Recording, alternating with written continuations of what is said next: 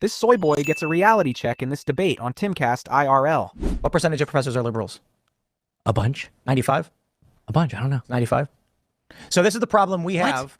Yeah. What is going on? Let me explain it to you. So you're just like...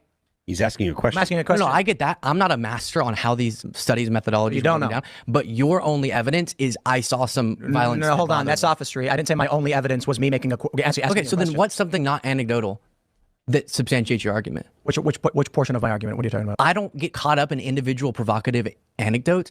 I would just like to look at a level-headed, zoomed-out, data-based argument. Okay, so the problem we have here is that when you pull up the sources you claim, there are no conservative sources countering left-wing sources. I mean, okay, then that's an interesting argument. So if you can't define what any data that stop it.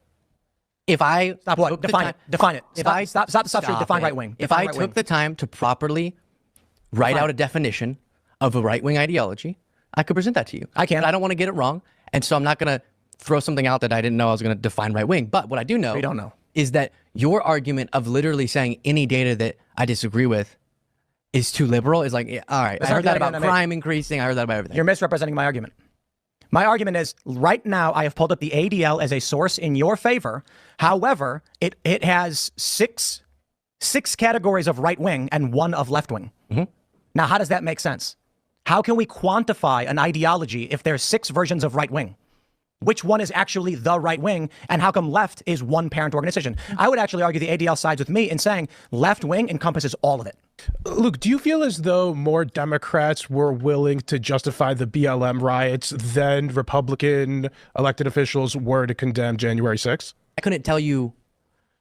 Any Democrats who were condemning my guess would be BLM writ large. that more Republicans have apologized for the violence on January 6th than Democrats, but let me get to the caveat, than Democrats who apologized for violence during BLM.